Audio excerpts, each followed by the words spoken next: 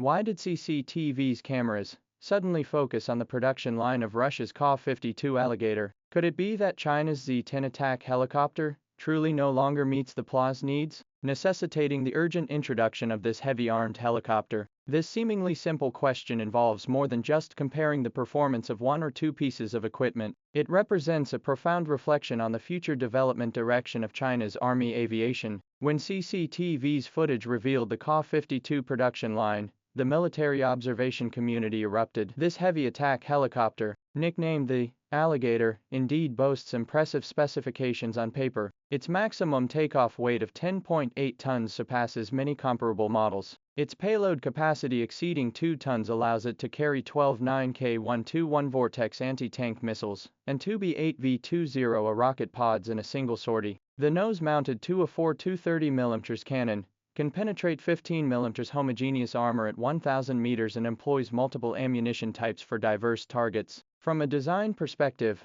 the K52's coaxial counter-rotating twin rotors are truly ingenious. This eliminates the traditional tail rotor, resulting in a more compact airframe and reducing the risk of tail-rotor collisions with obstacles during takeoffs and landings in complex terrain. This feature is theoretically well suited for deployment on amphibious assault ships, where limited deck space makes any design optimization invaluable. In actual combat on the Russia-Ukraine battlefield, the K52 has indeed had its moments of glory. Last spring, several K52s used Vortex missiles to precisely strike Ukrainian armored targets from 10 kilometers away, demonstrating its beyond visual range combat capability. Yet beneath this halo, the brutal battlefield data is equally shocking. According to open-source intelligence, Russia has lost over 30 K52s, most shot down by man-portable air defense systems like the Stinger and Starburst. To evade threats, surviving pilots often resort to firing unguided rockets from high altitudes, a tactic whose effectiveness is self-evident.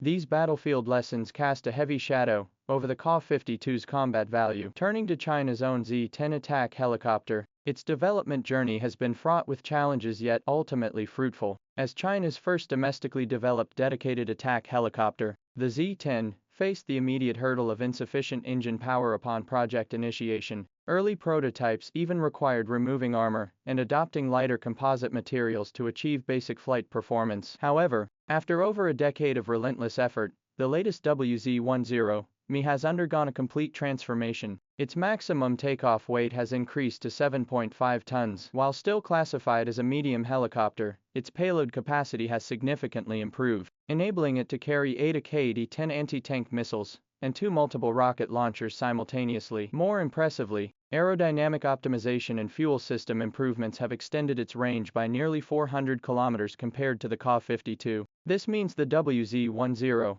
possesses greater endurance for maritime operations and a broader combat radius and potential future cross-sea engagements. Modern warfare has long moved beyond the era of single equipment performance comparisons, a principle the WZ-10 fully embraces. Equipped with a new integrated avionics system and a fully digital glass cockpit, it can share battlefield information in real time with drones, reconnaissance satellites, and ground forces. This networked, system-level combat capability represents an advantage that Russian helicopter forces can scarcely match. In multiple joint exercises over recent years, the WZ-10 has demonstrated its ability to operate in tandem with the Attack 2 UAV. The UAV handles reconnaissance and target designation, while the WZ-10 waits for the opportune moment to deliver precision strikes. This operational model significantly enhances battlefield survivability and strike efficiency. So why exactly is China so cautious about introducing the K52? The reasons behind this are far more complex than they appear on the surface. First, the compatibility of the logistics system presents an insurmountable obstacle. After decades of information-based development,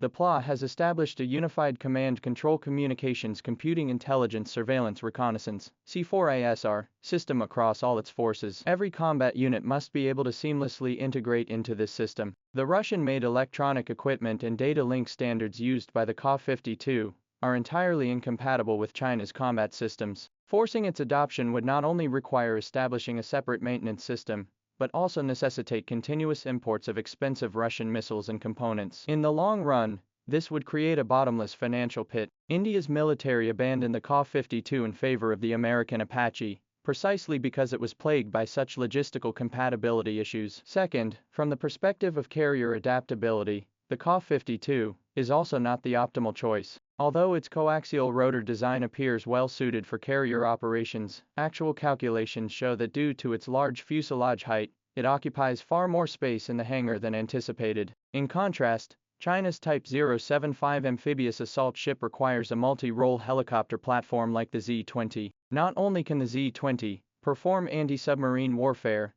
transport, and fire support missions, but its modular design allows rapid reconfiguration of equipment for different operational requirements. This one helicopter, multiple roles design philosophy clearly offers greater cost-effectiveness and tactical flexibility. In reality, China's defense industry has long transcended the narrow focus on whether to introduce a heavy attack helicopter. China is playing a much larger game, and a pivotal move in this strategy is the comprehensive development of the Z-20 helicopter series. As China's domestically developed 10-ton class utility helicopter, the Z-20 not only fills a critical gap in this category, but also demonstrates remarkable potential for further enhancement. Recently revealed photos of the armed Z-20 variant show short wing pylons mounted on both sides of the fuselage, capable of carrying 8 anti-tank missiles, rocket pods, and machine gun pods while retaining its original transport and assault capabilities. Its power system fully utilizes the domestically produced WZ-10 turboshaft engine, with a single unit delivering 1,600 kilowatts of power, ensuring robust performance in high-altitude, high-temperature environments. More significantly, China's military R&D system has achieved a historic leap from purchasing individual weapons to building complete combat systems. Today, when China develops or procures any new equipment, the focus extends beyond the platform's inherent performance to its integration into existing combat systems. A modern attack helicopter must enable data sharing with drones, satellites, and ground forces, while being equipped with smart munitions and comprehensive logistics support systems. Within this systemic framework, the performance metrics of a single platform no longer serve as the sole basis for decision-making. Regarding the future of heavy attack helicopters, China has provided a clear answer. Not only will it forge this path, but it will carve out its own distinctive approach. Future Chinese heavy attack helicopters will inevitably become integrated combat platforms combining long-range strike capabilities, information warfare, and survivability protection. They may transcend traditional configurations by incorporating novel technologies like tiltrotors and hybrid propulsion. It will not only possess formidable firepower but also exceptional range, potentially achieving the 1,000-kilometer range benchmark as experts predict. It will not only fight effectively but also observe, command, and coordinate. Though China may have started later on this path, its strides are resolute, and the prospects are promising. Against the backdrop of China's distinctive military transformation, the Chinese Army Aviation Corps is poised for an even more glorious future.